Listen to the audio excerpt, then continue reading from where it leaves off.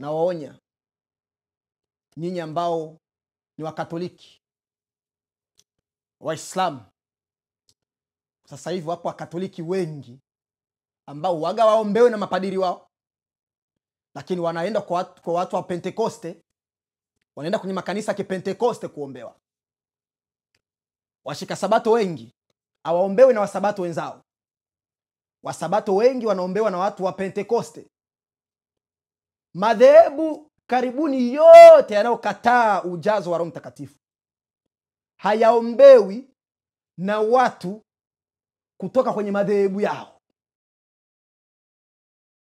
Shalom, ndugu mpendwa katika Kristo. Wapagani, walevi, wazinzi, waasi, watumishi wa Mungu na watumishi wa Shetani, na wasalimuni nyote katika jina lililo kuu linalopita majina yote ulimwenguni kote, jina la Bwana wa mabwana, jemedari wa vita, jina la Yesu Kristo wa Nazareti. Na kukaribisha katika somo hili ambalo yamkini litakuchoma moyo. Yamkini utasema moyoni mwako, huyu mtu ni nani? Huyu mtu hana upendo. Kabla sijaendelea na somo, nataka nijitambulishe kwanza kwa majina. Kwa majina naitwa Mtume Mali ya Bwana. Ni jina ambalo nimepewa na Bwana, lakini nimepewa utume kwa ajili ya kukosoa na kusafisha imani potovu iliyofunga makanisa. Kwa hiyo siamini katika madhehebu, ninaamini katika imani. Ikiwa umebeba imani thabiti, umekaa chini ya misingi thabiti, chini ya misingi ya mitume na manabii, tuna imani moja na tunamwabudu Mungu mmoja. Kwa hiyo siamini katika majina ya huduma hivi na hivi. Ijapokuwa Mungu anaweza kaleta jina, ila hayatatufikisha mbinguni. Nikijiita mimi ni mtu wa Ukweli Church, hainisaidii kitu katika ulimwengu wa roho, bali ni imani. Naweza nikajiita jina la kanisa fulani, lakini nisibebe imani yote hilo kanisa. Kwa hiyo lengo la Bwana ni ya kwamba wewe na mimi tuwe na imani hiyo moja. Tatizo kubwa tulionayo ni tafsiri za watumishi zimekuwa nyingi, na wengi wanatafsiri vitu bila ushahidi wote ule wa kineno au wa kiroho. Sasa nakuja na somo hili ambalo litakusaidia wewe kusafisha kanisa la Bwana. Labda wewe ni mtumishi wa Mungu, labda wewe ni muumini wa kawaida, labda wewe ni mtu ambaye tu unapendelea kujifunza mambo ya kimungu. Hili ni somo ambalo litakusaidia na upotovu wa mbeleni. Kabla sijaendelea, nataka nitaarifu wapendwa wote ambao ni wanamemba wa wito huu na movement hii. Ndugu yetu Samueli ni mgonjwa sana. Ndugu yetu mtumishi wa Mungu Samueli ni mgonjwa sana. Najua ndugu zangu kutoka Kenya mnafahamu kazi kubwa aliyoifanya. Samueli ni kijana wetu, ni mtumishi wetu. Pia ni kijana ambaye amekabidhiwa huduma ya kiutume, kwa hiyo ibilisi anamuinda sana. Lakini pia kingine, watu fahamuni Samueli naye katika ajali ya mwaka juzi, mtumishi Samueli naye ile ajali alilipitia. Kwa hiyo katika lile ajali kuna baadhi ya viungo ambavyo vilipata punch. Sasa hivi anapitia matibabu ya viungo vya tumboni na mgongo. Pia kuna mfupa ambao ulitoka kwenye nafasi yake, na katika ile mifupa ni kama vile imeanza kusagana. Sitaweka namba hapa, lakini nitaweka namba kwenye video nyingine maalum ya kumsaidia hapa kwenye channel yetu hii ya Ukweli Church of Christ. Lakini pia hata kwenye posti za kawaida unaweza ukapata hiyo namba, au kwenye group zetu za WhatsApp unaweza pia ukapata hiyo namba ya kumchangia mtoto wetu, ndugu yetu, mtumishi wetu katika Kristo. Msikose kuchangia. Taarifa ambayo tumepewa sasa hivi ni ya kwamba utumbutumbo unakaribia kutoboka, na sijui kama inatokana na gesi nyingi, lakini ninafahamu ni madhara ya gesi, kwa sababu anakuwa analalamika sana gesi, na pia anakuwa analalamika sana choo. Kwa hiyo tumsaidie pia kwa maombi, lakini ninaomba zaidi tusikose kumchangia ndugu yetu, mtoto wetu Samueli, na Mungu naamini atawabariki sana. Somo la leo linasema tusiwaombee watu ambao hawana imani moja nasi. Tuache kuwaombea watu ambao hawana imani moja nasi. Na kabla sijaingia kwenye somo au kwenye maandiko, nataka kwanza nikuulize maswali. Hivi unafahamu scenario au hatua yote ile ambayo Yesu alichukua kumwombea mtu bila huyo mtu kwanza kuonyesha imani? Au Yesu alimfuata mtu na akamwambia nikuombee bila ndugu zake wa huyo mtu, kwa sababu Yesu aliombea watu wengine ambao walikuwa tayari wamekata roho, bila ndugu zake huyo mtu labda kumshawishi, au bila watu wa karibu kumshawishi. Kama una hizo habari, unaweza ukazichangia.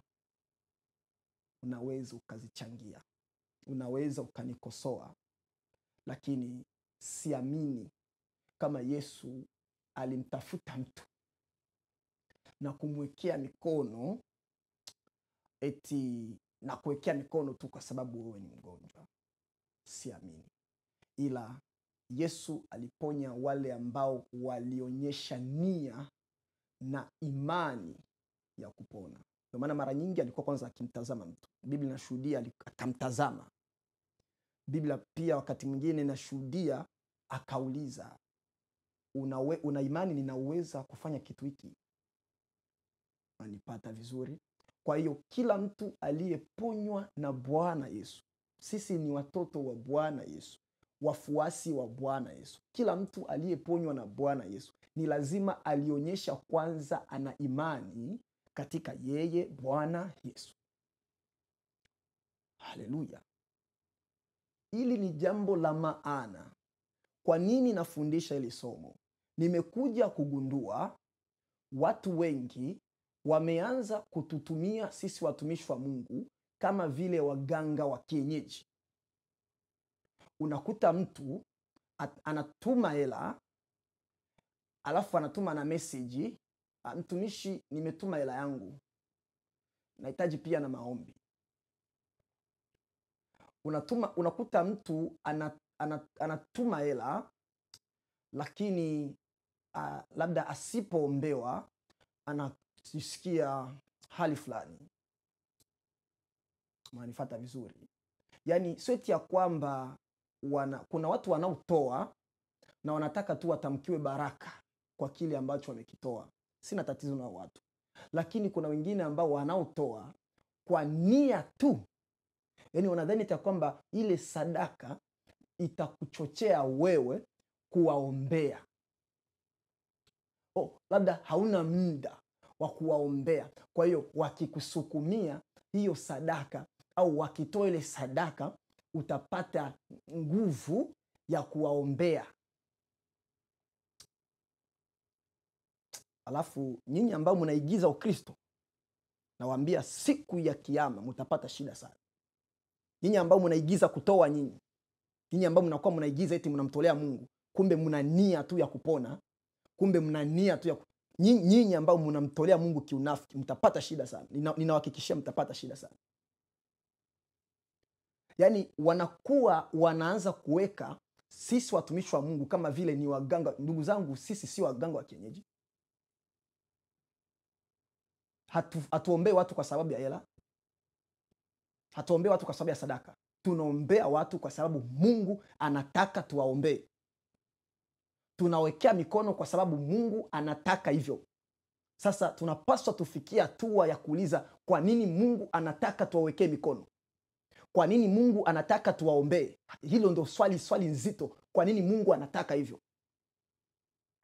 Kwa nini Mungu anatamani akuponye? Na kuambia hiki, sababu kubwa, Mungu ameacha anatuhakikishia na anatuhimiza tusiwe tunatoza watu pesa, tusiwe tunaponya watu kwa sababu ya uchumi, tusiwe tunaombea watu kwa sababu ya fedha. Sababu kubwa Mungu ametuhimiza hivyo ni kwa sababu hatamani wewe nafsi yako itupwe motoni. Hiyo ndio sababu kubwa. Yesu anatamani nafsi yako iurisi ufalme wa Mungu.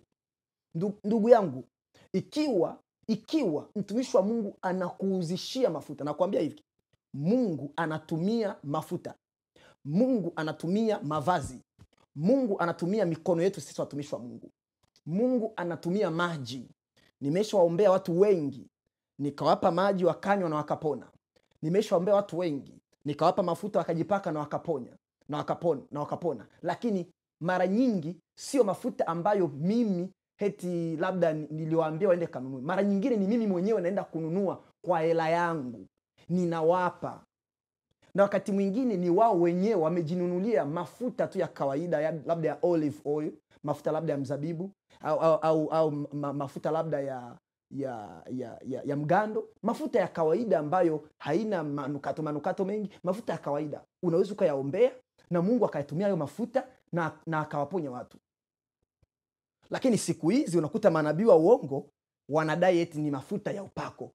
Sio mafuta. Mafuta ya upako yalitumika kwenye Biblia kuwabariki watu. Kwa hiyo kuna mafuta mengine yanaweza katumika labda kumbariki mtu, hakuna tatizo, lakini katika mujibu wa uponyaji, mafuta yanayotumika ni mafuta tu ya kawaida. Ni mafuta ambayo Mungu labda ameteua au ameifunua. Nunua mafuta ya aina fulani. Ni kama vile jinsi waganga wa kienyeji au mashehe wanakuwa wanatumia sana maperfume kupandisha mapepo.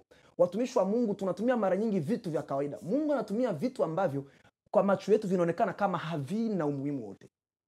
Lakini wewe unahimizwa mpaka ununue mafuta kutoka kwenye hiyo kanisa. Mpaka ununue mafuta yale ambayo mtume wako wa uongo, nabii wako wa uongo anayatumia, na afu wewe utapata uponyaji. Na kuambia huo ni uongo.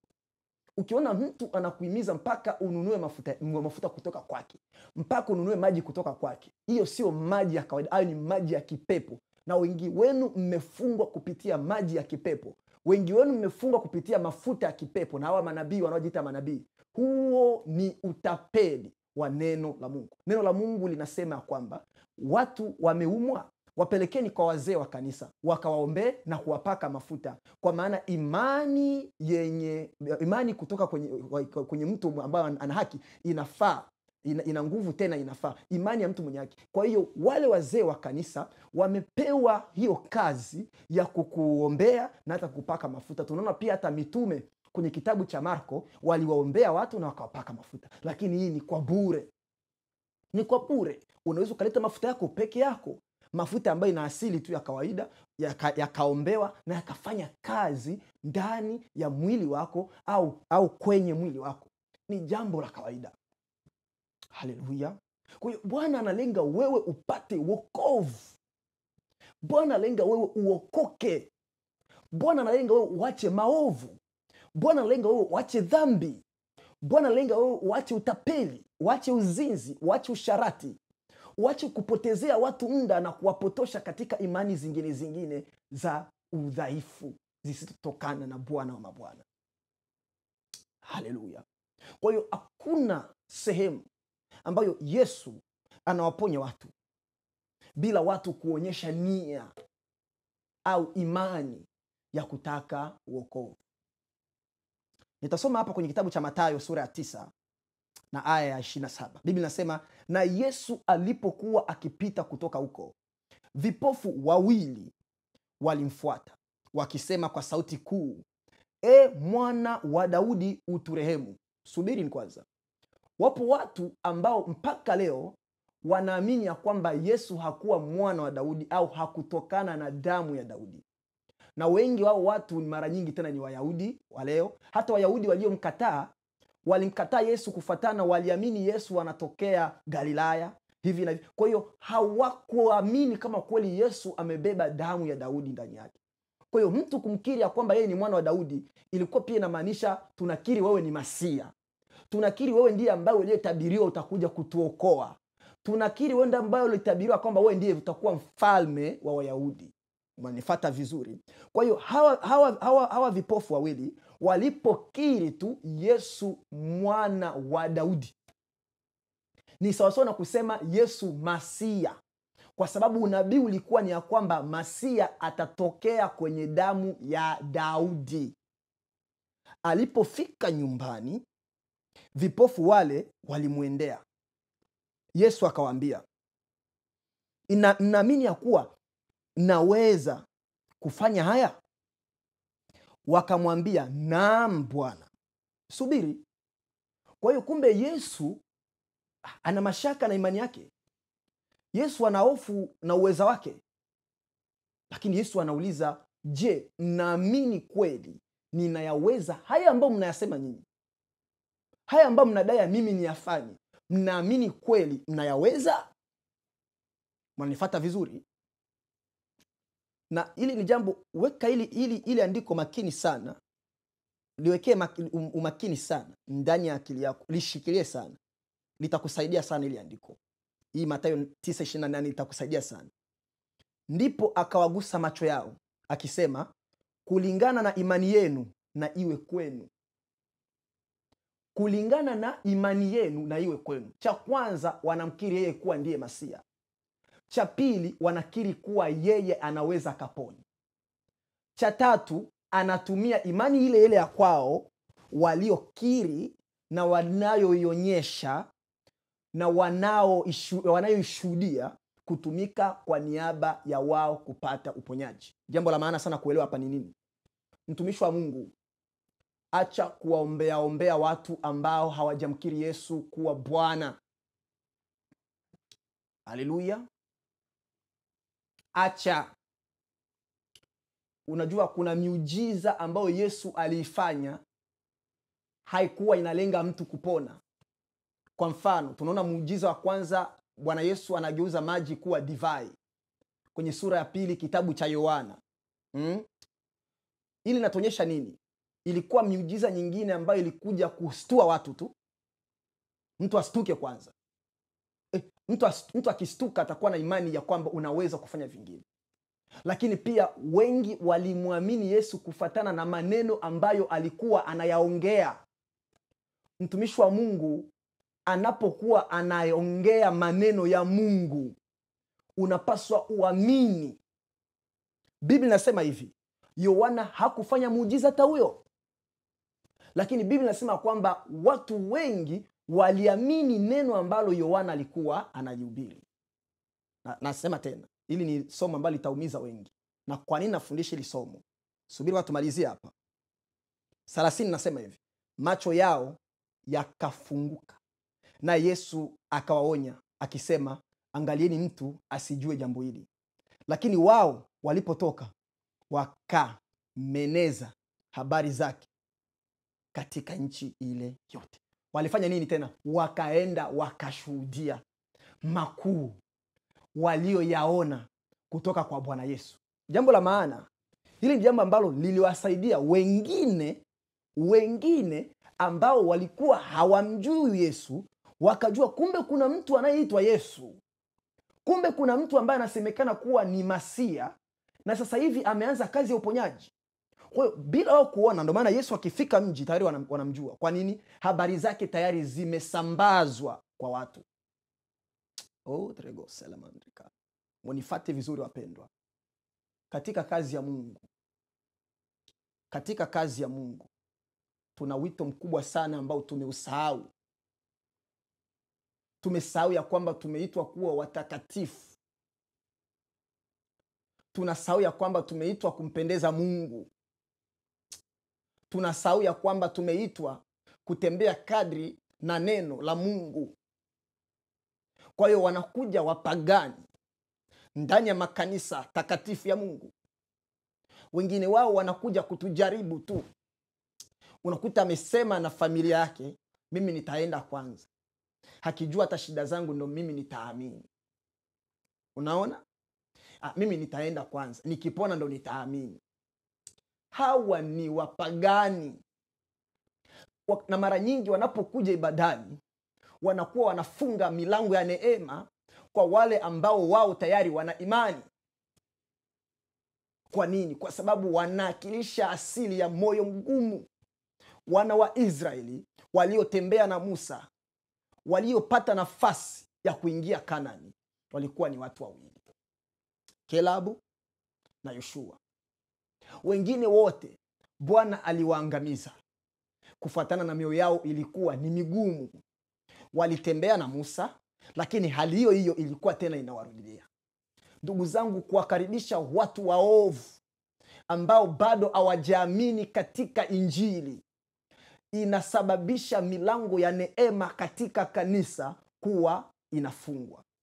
Ndio maana wachungaji, nyinyi wote wachungaji, haijalishi utafanya miujiza mingapi, nakwambia hiki, kama hauonyi kanisa kuachana na mivalio ya aibu, kuachana na vipodozi, kuachana na mawigi, kuachana na kusuka, kuachana na vimamini, kuachana na vimapenzi, kuachana na masengenyo, kuachana na uchawi, kama furaha, kuachana na Uislamu. Sasa hivi tuna watumishi feki wa kuzimu ambao wanakaribisha Waislamu ndani ya makanisa yao, alafu wanapanda kwenye madhabahu, wanasema eti ndani ya kanisa hili atubagui. Wewe unajua maana kanisa wewe? Kanisa ni la Roho Mtakatifu. Na hii Roho Mtakatifu ni mtakatifu. Katika kitabu cha Matendo ya Mitume, yupo mwanaume ambaye alidanganya kwa kitu ambacho alafu cha kushangaza kilikuwa ni kitu chake. Ameuzisha shamba. Shamba ni la kwake yeye. Lakini kwa kuwa alidanganya kuhusu pesa ambayo alikuwa ameipata kwenye ile shamba, Roho Mtakatifu alimuua pale pale. Petro akiwa amejua na Roho anamwambia, unadhani ya kwamba umenidanganya, lakini umemdanganya Mungu. Umemdanganya Roho Mtakatifu. Kanisa limesahau ya kwamba Roho Mtakatifu ni Mungu. Huyo Roho Mtakatifu ambaye yumo ndani yako anakuongoza katika kunena kwa lugha, anakuongoza katika kuomba, anakuongoza katika kuombea wagonjwa. Huyo ni Mungu, yumo ndani yako kwa ajili ya kukueneza, kwa ajili ya kukupendezesha, ili upate kufanana yule bibi harusi ambaye anakuja kunyakuliwa katika ile siku ambayo inasubiriwa. Lakini watu hawaoni tena hivyo. Watu wanapambania sana umati wa watu makanisani. Tukiwa wengi kanisani, basi Mungu yuko pamoja na sisi. Hapana. Hapana. Tuache kupambania uwingi wa watu. Tupambanie mioyo na nafsi za watu. Na kuambia mtu ambaye kweli anaamini, uaga na oga mwingi. Mtu anaoga. Yaani mtu anaingia kanisani anatetemeka. Mtu ambaye ameamini yuko tayari kusikiliza neno la Mungu, yuko makini sana na neno la Mungu. Lakini kuna kuja watu wamechubua mangozi, wanaelewa Injili tunayoihubiri. Wanaelewa ya kwamba hatuamini hivyo vitu, havijatoka kwa Mungu. Tunashuhudia hadharani. Wanaochubua ngozi watatupwa jehanamu. Wanaonyoa denge watatupwa jehanamu. Walio wake wa pili, wake wa tatu watatupwa jehanamu. Wanaozini watatupwa jehanamu. Makahaba, wachawi, washarati, walawiti watatupwa jehanamu. Wanaelewa, wanajua, lakini kwa sababu hawana uoga wa Mungu na hata kuchukua nafasi ya kuomba uoga, hawajafanya hivyo. Wanakuja ibadani, watakaa hata na wewe mwaka mzima, wanakataa kubadilika, lakini wanatumaini ya kwamba yamkini labda wanaweza wakapata uponyaji kupitia wewe.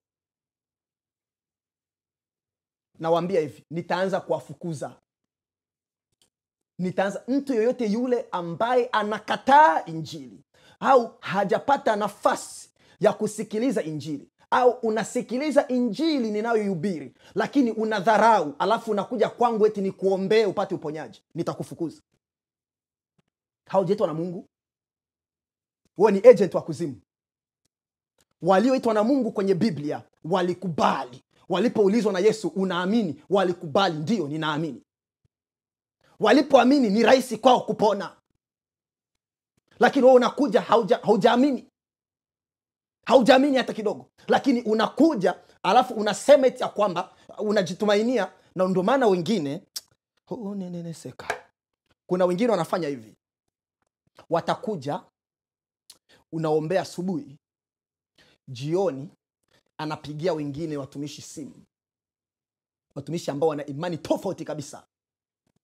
Watumishi mashetani wanapigiwa masimu na wanakuwa wanamhudumia. Kwa hiyo asubuhi unamuombea, jioni anaombewa na wengine. Kumbe usiku anaombewa na wengine. Leo unamuombea, kumbe kesho kaombewa na mwingine. Yaani ukienda siku bila kumuombea, tayari anaanza kuweka imani yake kwa wengine. Anashindwa kuelewa kwamba Mungu anatumika na madhabahu. Kama umeenda kwa Petro, kaa kwanza na Petro. Subiri Yohana. Unanifuata vizuri? Msubirie kama Mungu aliokuongoza kwanza uende kwa Petro, kaa kwanza kwa Petro. Kama unaamini Petro ameshindwa, nenda sasa kwa Yohana. Lakini usiwe kwa Petro tena unakuwa unamwandikia na Yohana. Yohana huku Petro hivi hawezi. Huo ni ushetani. Huo ni uzinzi wa imani. Usharati wa imani, umalaya wa imani. Kaa nafasi moja. Tulia nafasi moja. Mungu atakuonekania kadri na jinsi unavyojitesa kujiweka katika kitu hicho kimoja. Unajua, mtu ambaye amechukua masaa na masaa, siku na masiku kujibidisha katika jambo hilo moja, mara nyingi ana nguvu nyingi katika hicho kitu, ana uweza mwingi katika hicho kitu kuliko mtu ambaye amejibidisha kwenye mambo 5-10. Munifate vizuri wapendwa. Munifate vizuri nyinyi wapagani ambao mmezoea kutesti wana wa Mungu. Wengine atasema nimeenda kumtesti tu, ninaenda kumjaribu kwanza. Nakwambia hiki, asili ya Mungu wakati mwingine utamjaribu, atavaa sura kama vile Mungu ni mjinga, yani atavaa kama ujinga fulani. Nama unabii utapewa maunabii, nama funuo labda utapewa na mafunuo. Lakini ole kwako wewe ambaye unawajaribu watumishi wa Mungu wanaohubiri kweli ya Mungu. Ole kwako. Haijalishi umebeba agenda ya kuzimu, haijalishi umebeba uchawi wa namna gani. Ole kwako kama unawatesti, kama unalitesti kanisa la Mungu, unalijaribu kanisa la Mungu. Utapata shida. Hukumu yako itakuwa hukumu ambayo ndugu zangu, kanisa linaelekea wapi? Na watu ambao wanasababisha hivi vitu kuendelea kutokea ni watumishi wa Mungu, ni waumini. Haleluya. Nilikaa chini kwa muda mrefu, nimesoma maandiko mengi sana. Haleluya. Nimesoma maandiko mengi sana. Unajua hata kwenye Agano la Kale zipo habari za Elia, zipo habari za Elisha. Wapo watu ambao wanatumwa kwa mwanamke mjane. Unajua Elia anatumwa kwa mwanamke mjane. Elisha anatumwa pia kwa mwanamke mjane, kama sikosei, anamfufua kijana.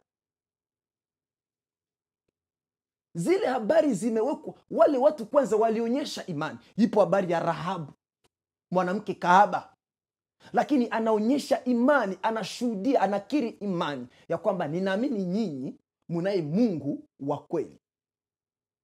Lakini wapo watu ambao wanataka kuwatumia watumishi wa Mungu, hawaamini kama wana Mungu wa kweli, lakini wanakuja kwao kwa sababu waliambiwa na ndugu. Na mwingine atasema lakini sanaweza akaaminia Mungu huko huko. Tatizo ni ya kwamba huyo mtu hata kama amwaminie Mungu huko huko, hata kama mwaminie Mungu huko, una uhakika gani amemwamini Mungu katika roho na kweli? Haleluya, haleluya. Ndio maana ipo mikutano ya hadharani, zipo video hizi za hadharani, zipo ma YouTube mitandaoni, unafuatilia maombi, yapo maombi mitandaoni. Wapo watumishi ambao wanaombea watu, lakini wapo watu ambao wamelizoea kanisa la Mungu. Kanisa la Mungu ni la watakatifu, ni la watu ambao wamekubali imani. Kanisa sio kitu cha kubadilisha wiki kanisa wiki. Hapana, kanisa sio hivyo. Kanisa limebeba watu, maana kwenye Biblia yapo makanisa 7 ambayo yametajwa katika kitabu cha Ufunuo. Kanisa la Efeso, kanisa la Pergamo, kanisa la Smyrna. Yale ni makanisa ambayo yamebeba wana wa Mungu ambao Mungu alikuwa amewajua mpaka mbinguni. Biblia inasema kwamba na vile vinara v7 ni makanisa 7. Kwa ni makanisa ambayo yalikuwa yamejulikana mpaka mbinguni. Lakini sasa tuangalie, yanajulikana mpaka mbinguni lakini bado yana madhaifu. Siku hizi tunaonya TAG na Jona, sisi tuna watu wengi kuliko wao. Hatuwezi tukaonyeka. Siku hizi tunaonya EAGT, wanakataa. Tunaonya Methodist, wachungaji wa Methodist wanakataa. Wachungaji wa Methodist wengi nilikuwa ninawaonya, wanakuwa wananiambia kwanza yule kijana bado anahitaji kufundishwa. Sasa nikauliza, sasa anahitaji kufundishwa nini? Mnataka kunifundishe nini? Hawajui hata watanifundisha nini. Kwa hiyo wachungaji wanakataa kuonywa. Kwa hiyo unaweza kuona kanisa ambalo labda Mungu ameliweka mbinguni, analijua, analitazama, ndio maana anakuonya. Mungu haonyi kitu ambacho hakijui. Kitu ambacho hakijui Mungu waga anakiacha, anakitupilia mbali. Na hapo makanisa ambayo Mungu hayajua hata kuyatambua, haya ni makanisa ambayo hayana waumini. Yaani yana watu wenye shida, yana watu wenye matatizo mbalimbali. Ndio makanisa mengi ambayo yapo siku hizi. Ndo vitengo vingi vya imani. Mimi hapa naombea watu wote. Mimi ndio wito wangu. Hapa tunapokea watu wote. Lakini huyo anapokea zaka, anapokea sadaka kutoka kwa hawa wapagani. Ndugu zangu, Biblia inasema kwamba niondoleeni zaka zenu. Niondoleeni kelele ya nyimbo zenu. Vipo vitu ambavyo watu wanamtolea Mungu, lakini kwa kuwa vinatolewa na wapagani, Mungu havifurahii. Mtaelewa lini wana wa Mungu? Mungu afurahii sadaka za wenye dhambi. Mungu afurahii zaka za wenye dhambi. Ndio maana mifuko yenu imejaa, lakini wachungaji wengi hamna furaha. Kwenye madhabahu mnahubiri na furaha nyingi sana. Wengine wanachekesha sana kwenye madhabahu. Kanisa linajaa na kicheko, lakini akifika nyumbani hana furaha. Wengine wameuza nafsi zao kwa shetani. Wengine wameuza nafsi zao kwa ibilisi. Wengine wametoa watoto wao makafara, familia zao makafara. Hawana imani. Hawana imani na Mungu wa kweli. Wana imani katika fedha, wana imani katika watu. Ninapoona watu wameongezeka, basi Mungu yuko pamoja na mimi. Sio kila watu wameletwa na Mungu. Wengine ni ibilisi anaoongezea ili wasimjue Mungu wa kweli. Sio kila kanisa lililojaa na watu limejazwa na Mungu. Makanisa mengine yamejazwa na ibilisi ili wasipate kuijua kweli. Waendelee kuamini hapa tunaye Mungu, kumbe Mungu hayupo pamoja nao. Haleluya. Marko sura 10:46 hadi 52. Wakafika Yeriko, na alipokuwa akitoka Yeriko, yeye na wanafunzi wake na mkutano mkubwa, kipofu Bartimayo mwana wa Timayo alikuwa ameketi kando ya njia akiomba. Naye aliposikia kuwa ni Yesu wa Nazareti, alianza kupiga kelele akasema, Yesu mwana wa Daudi, nihurumie. Wengi wakamkemea ili anyamaze, lakini yeye akazidi kupiga kelele, mwana wa Daudi, nihurumie. Lakini yeye akazidi kupiga kelele. Yaani wengi hawakutaka kusikia anamkiri Yesu. Nakwambia hiki,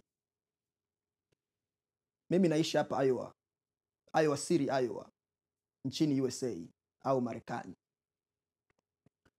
Na ninaweza nikakwambia watu hapa Iowa ambao wanakataaga kuja ibadani. Hawaja kuhudhuria ibada hata hiyo, hata moja. Hawajawahi. Lakini watanitafuta kwenye masimu. Nikikutana nao wananitafuta eti nihudumie, nina shida nyingi.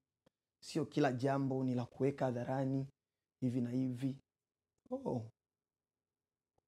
Kwa hiyo unashindwa hata kufika kanisani tu mpaka kwenye simu, yani usionekane hata kanisani, yani usionekane hata kuonekana kwamba ulikuja kuhudumiwa. Wanipata vizuri? Sio lazima siku ya ibada. Yani ile tu hata kunifuata uso kwa uso, unaona kama vile yani hautaki kuonekana umeongea na yule mtumishi, kwa sababu yule mtumishi anaongelea watenda dhambi mabaya, anakemea sana makanisa. Kwa hiyo makanisa yanashinda yanamuongelea mabaya. Kwa hiyo unaamua usionekane ya kwamba umefanywa maombi na yeye. Nakwambia watu sija kumhudumia hata huyo. Narudia, sija kumhudumia hata huyo. Na watu watasema, huo ni ugaidi.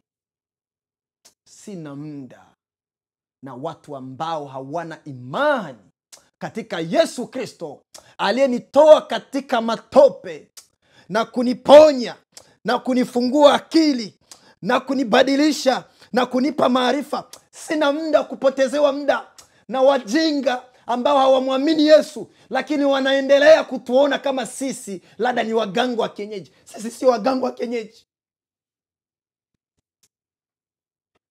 Sina muda wa kutumikishwa na watu ambao wanatafutia kupona ili waende kufanya hanasa. Wanatafuta kupona ili waendelee na ujinga wao. Hawampendi Mungu. Kwa hiyo wanakufuata kisirisiri ili waendelee na ujinga wao. Hawajawa tayari kumkiri Yesu. Injili imehubiriwa kwao. Ni wangapi wenu nyinyi wa Afrika ambao mjahubiriwa injili? Wabembe, Wasukuma, Wanani, Wakisii, Wanani, Wakikuyu. Wangapi wenu kabisa mjaijua injili? Wangapi wenu mjahubiriwa hata Yesu ni Bwana? Wengi wenu mmejua sasa. Wangapi wenu mmechukua nafasi ya kumjua sasa Yesu ni Bwana aje? Wangapi wenu mmechukua nafasi ya kumaliza Biblia? Unashinda kila siku kwenye tumasimu twako twa kuoza. Unafuatilia wasanii. Unafuatilia nyimbo. Unafuatilia masengenyo. Leo kuna mambo gani ambayo yanaendelea leo? Ndio kazi yako. Lakini kufuatilia neno la Mungu hauwezi. Sina muda wa kuweka kwa mtu ambaye anakataa kumwabudu Mungu aliyeumba mbingu na nchi, ambaye atahukumu dunia, ambaye anakataa kumkiri Yesu kuwa ni Bwana aliyekufa msalabani akafufuka na sasa yu hai. Sina huo muda. Nendeni kwenye mikutano ya hadharani, mtaombewa nyinyi wote. Nendeni kwa manabii wa uongo, mkanunue uponyaji. Nendeni huko. Sina huo muda wa kupoteza na nyinyi wagaidi mnaomkataa Bwana Yesu. Nawaambia hiki. Ukija kanisani umenyoa denge, tunajua una dhambi zingine. Tunajua una mke wa pili.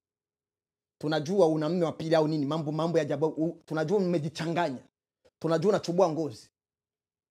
Hata kama tujui, tukigundua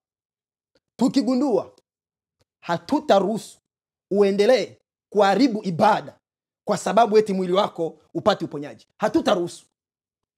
Hatutaruhusu ibada iendelee kuharibika kwa sababu ya mtu mmoja. Hatutaruhusu. Ni heri mtu anayesumbuka lakini anajitahidi kubadilika. Mtu anasumbuka na tamaa fulani, dhambi fulani labda sirini, lakini yuko anajituma kubadilika. Ni heri watu wa namna hiyo. Hawa ni watu ambao Mungu anawajua, anawakubali kwa sababu wanajituma. Wapo walevi ambao wanakuja ibadani na wanasema nimuniombee niache ulevi, na kesho anaendelea na ulevi. Wapo.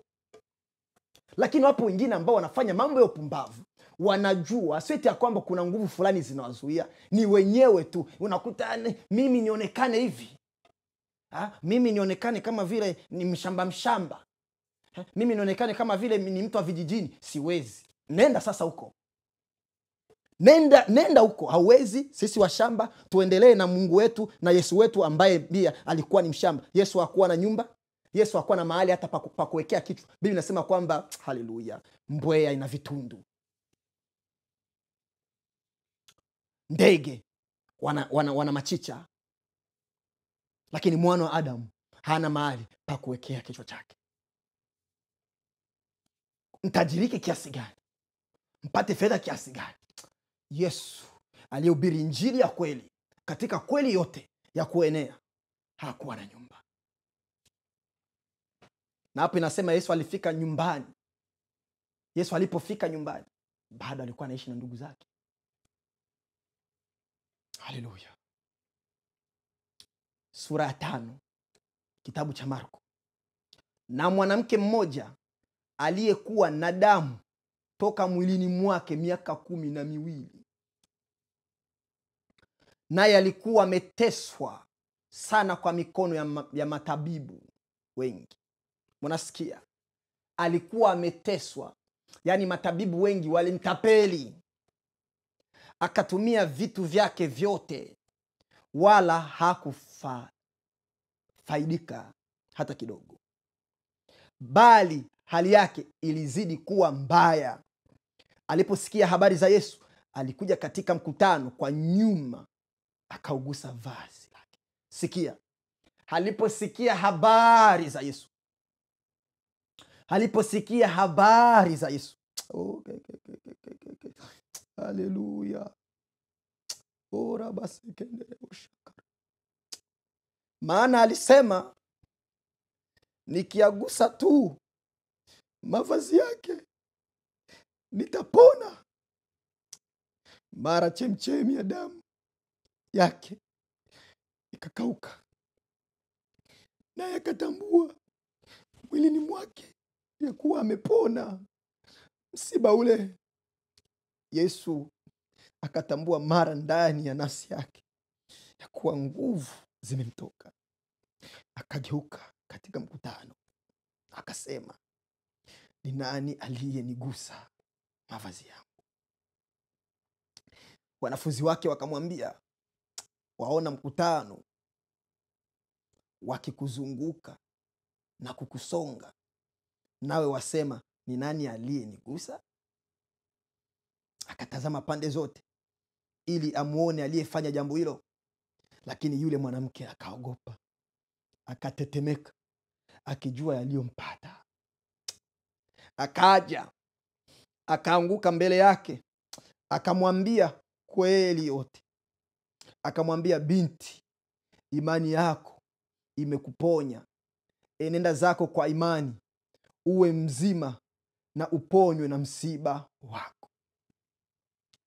Nenda kwa imani, uwe mzima na uponywe na msiba. Nenda kwa imani. Yani kuna watu tunaowaombea lakini hawaendi na ile imani tulinayoihubiri. Na waonya nyinyi ambao ni Wakatoliki, Waislamu. Sasa hivi wapo Wakatoliki wengi ambao waga waombewe na mapadiri wao, lakini wanaenda kwa watu wa Pentekoste, wanaenda kwenye makanisa ya Pentekoste kuombewa. Washika sabato wengi hawaombewe na wasabato wenzao. Wasabato wengi wanaombewa na watu wa Pentekoste. Madhehebu karibuni yote yanayokataa ujazo wa Roho Mtakatifu hayaombewi na watu kutoka kwenye madhehebu yao. Wanaombewa na watu wa Kipentekoste. Na wengi wao baada ya kuombewa wanakuwa tena wanarudi kwenye makanisa kisirisiri, na hawatashuhudia kwenye hayo makanisa ya Kipentekoste. Wataenda kushuhudia kwenye madhehebu yao ya kuoza. Ataenda kwenye kanisa kake Katoliki, Mungu amenisaidia nimepona. Anashuhudia ndani ya kanisa Katoliki. Mungu wa Katoliki, Mungu wa Papa wa Roma amekuponya. Mungu wa mizima amekuponya. Ni Mungu wa Pentekoste aliyeshusha Roho yake Mtakatifu kwa mitume, wakaanza kunena kwa lugha na kutabiri na kuponya wagonjwa, kuponya vipofu, kuponya wafu. Sasa hawa watu na unakuta watu wengine anaingia kanisani anasema mimi ni Mkatoliki lakini nimeamua leo nije kujiunga na nyinyi.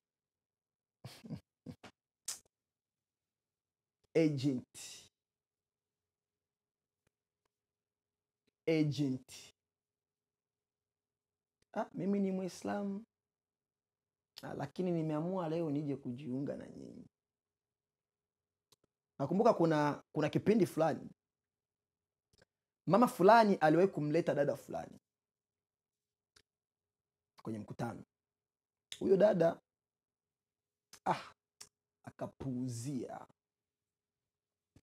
akapuuzia injili ambayo tulikuwa tunaihubiri. Akatoka haraka.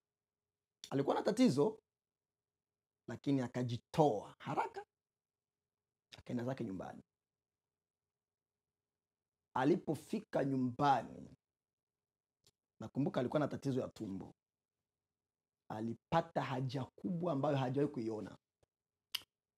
Akaanza kufunguliwa. Yeye kufunguliwa akapiga simu kwa dada yake. Hakika kumbe kweli ni watumishi wa Mungu. Wanipata? Huu ni mfano mzuri. Huu ni mkutano wa watu wote. Mikutano ya watu wote au kazi za hadharani zinawalenga watu wote. Lakini kanisa la Bwana kanisa limlengi mtu ni mtu. Kanisa limewekwa na Bwana kwa ajili ya watu ambao wamekubali kumfuata Yesu katika hali na mali. Yaani wako tayari kujitoa kwa ajili ya Bwana Yesu. Hilo ndo kanisa. Kanisa halipo kwa ajili ya Waislamu, hapana. Waislamu hawawezi wakaurithi ufalme wa Mungu. Kwa nini? Kwa sababu wamekataa uungu na umwana wa Yesu.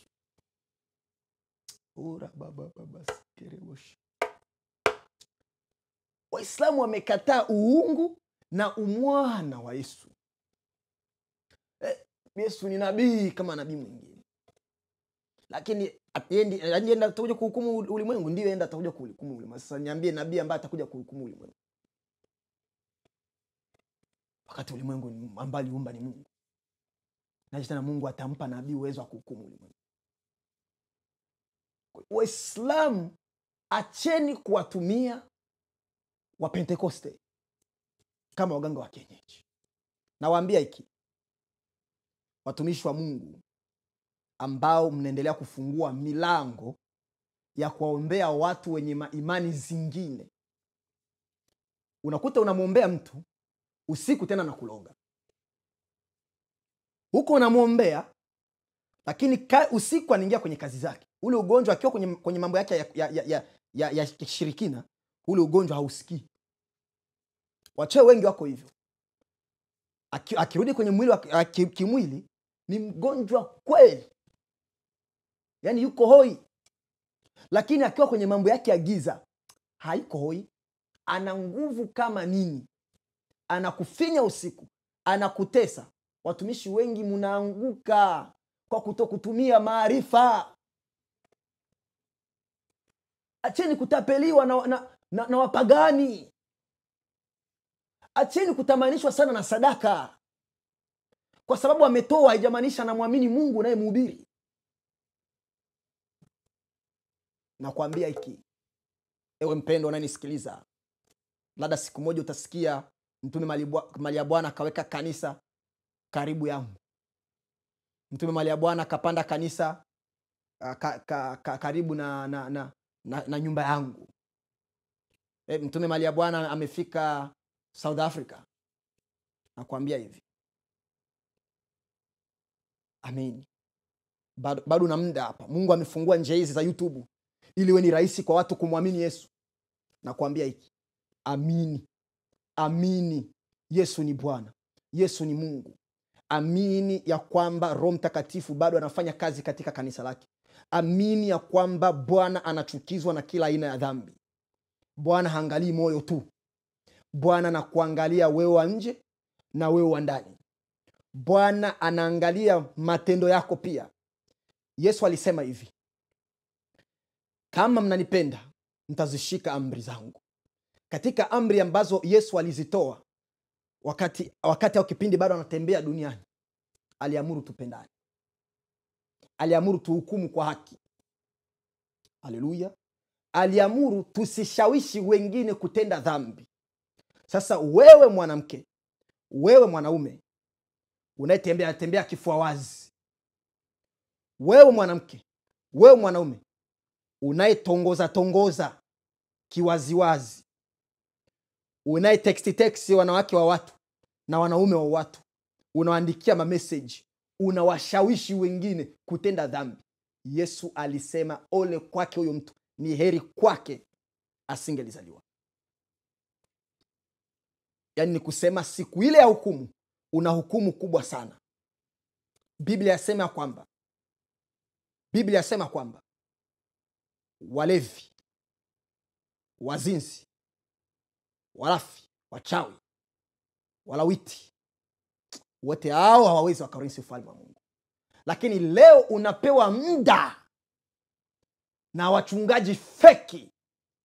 Unapewa muda eti utakaa na sisi kanisani wa kujirekebisha. Wewe Mungu gani huyo? Mungu yupi unamwabudu ambaye anawapa watu wanaokusudia, wakorofi, waguruguru, kufanya mambo ya ajabu kanisani? Eti tunamvumilia Yesu bado ana kazi na yeye. Ni mchawi ndio na tunajua na tuloga, lakini tunamvumilia. Wewe mjinga. Wengi wenu mmeharibika. Wengi wenu mmepotoka na mmepotosha kanisa la Bwana kwa kuwaleta hawa wahasi. Na mwingine atasema lakini huyo ni Yesu. Sisi sio Yesu, sisi ni watumishi wake tu. Okay. Mniambie wapi Petro amemwombea mtu? Petro anaombewa msaada na mlemavu. Petro anamwangalia yule mlemavu. Petro anamwambia mlemavu, fedha sina, mali sina, ila nilicho nacho ndicho nikupacho. Petro anakamshika kwa jina la Yesu, tembea. Unadhani yule ndugu hakuamini? Kuna somo ambalo nitalifundisha leo au kesho Mungu akifungua milango. Kuna somo ambalo nitalifundisha kuhusu watu wanaomtumia yule mwizi msalabani kusema ya kwamba atairithi ufalme wa Mungu, hakuhubiriwa. Hivi kabisa mnadhania eti injili ambayo ilikuwa imetetemesha Israeli nzima ilishindwa kumfikia yule mwizi? Yule mwizi tayari alikuwa amesikia habari za Yesu Kristo. Alikuwa tayari ameamini. Ni aje alijua habari za ufalme wa Mungu? Ni aje alipata ta nguvu ya kutamka unikumbuke? Tayari alikuwa amesikia injili. Imani yaje kwa kusikia. Acheni kusema eti alikubali Yesu bila kusikia. Tayari alisikia injili na akaamini. Kwa ataurithi ufalme wa Mungu kwa kuwa aliamini. Alikuwa tayari amepokea injili. Kwanza naweza nikauliza swali. Una hakika gani labda hata hakusikia injili ambayo alihubiri Yohana? Labda hata hakubatizwa na Yohana? Una hakika gani? Biblia haisemi. Labda aliwahi kuwa hata mwanafunzi wa Yesu. Labda aliwahi kubatizwa na Yohana. lakini tunafahamu kwa maneno yake ya kwamba tayari alikuwa amekubali injili. Injili yaja kwa kusikia, na kwa kulisikia neno la Mwenyezi Mungu. Yule kiwete ni mfano mzuri. Pia ni mfano mzuri wa mtu ambaye anahudumiwa, lakini alikuwa amehudumiwa wapi? Nje ya kanisa. Kwa yamkini labda hakuwa na imani kumhusu Yesu, labda hakumjua Yesu, ila imani yake ilianzia pale. Bwana Yesu asifiwe sana. Haleluya. Haleluya. Wapo wengine ambao ndio tunapaswa tuwaombee, ni kwa sababu Mungu katuambia. Wapo wengine ambao Mungu anatutuma kwao, hana imani, hamjui Mungu, hampendi Mungu, lakini bado Mungu anakutuma kwake. Haleluya. Naye Mungu anakuambia nenda ukamuonye huyu mtu na ukamuombee aipate kunitumikia. Wapo wengi ambao wanaitwa kwa njia hiyo, lakini wapo wengine ambao tayari wito wao umepita, wamebaki kumsumbua Bwana wa majeshi. Yaani kazi yao ni kusumbua tu. Watapona leo, wanatoka, wanarudilia machafu yao, tena wanarudi. Tuna wengine leo ambao wanakuja, wanaigiza kwamba wanataka kubatizwa au batizo sahihi. Tunawabatiza kwa jina la Bwana Yesu, lakini wakitoka wanarudi kwa machafu yao. Kumbe nia yao ilikuwa tu wapone, kwa sababu wanajua tunapowabatiza wengine wanakuwa wanapata uponyaji katika ubatizo. Kwa hiyo wanakuja kututumia kwa ajili ya uponyaji. Ole kwenu. Mnaweza mkamtumia Mungu leo, lakini nawaambia maisha yenu ya baadaye Mungu ndiye anayejua. Ila sidhani Mungu anafurahia matendo yenu. Bwana Yesu atuhurumie sana. Kwa hiyo ndugu zanguni, enyi walevi, enyi wapagani ambao mna hamu ya kuokoka, mna hamu ya kulisikia neno, mna hamu ya kumjua Bwana, tayari uwe umeandaa moyo wako. Mwambie Bwana, andaa moyo wangu, mengine ambayo nitafundishwa niwe tayari kuyapokea. Kwa sababu kuna ambao wanaamini Yesu anaweza kuponya, lakini ukiwaambia Yesu anachukizwa na watenda maovu, anakuambia no, mimi nitaendelea na maovu, lakini ataniponya tu. Kuna ambao anamwamini Yesu ana uwezo wa kufufua, ana uwezo wa kuondoa magonjwa, ana uwezo wa kufanikisha katika elimu. Kwa hiyo anaenda kwa watumishi wa Mungu, nifanikishe katika elimu. Watumishi wa Mungu wanaowekea mikono, lakini hao ni wazinzi, hao ni washarati, hao ni matapeli, hao muda wao wote wanaweka kwa mashetani, hao ni mashoga, hao wanakataa neema, hao ni wasikilizaji wa nyimbo za hanasa, wani wasikilizaji kwa mafilamu za hanasa, hao ni wakosaji wa heshima kwa wazazi wao, kwa ndugu zao. Hawa ni watu wenye vurugo, wakorofi, wagomvi, walafi.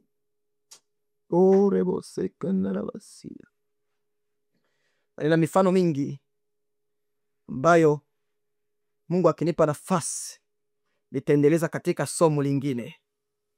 Umuhimu wa kuacha dhambi. Umuhimu wa kuacha dhambi, kwa sababu wengine mnaombewa Bwana anawaponya, lakini mnakataa kuacha dhambi. Alafu yale magonjwa yanawarudilia. Yanapowarudilia yale magonjwa, mnaanza kuwatukana watumishi wa Mungu, alikuwa ni muongo, hakuwa na nguvu, itakuwa alikuwa anatumia vingine. Hapana, Yesu alisema mtu anapopona, mapepo yanapomtoka, yale mapepo utangatanga, alafu yanarudi tena, yanaangalia kama ukoje kiroho. Yakikuta ukomai kiroho, yanaenda kuchukua wengine, kurecruit wengine. Uwe makini unapokuja kwa watumishi wa Mungu na bado hujawa na imani sahihi. Ukifaidika kutoka kwao, alafu ukachezea hiyo faida, utapata shida.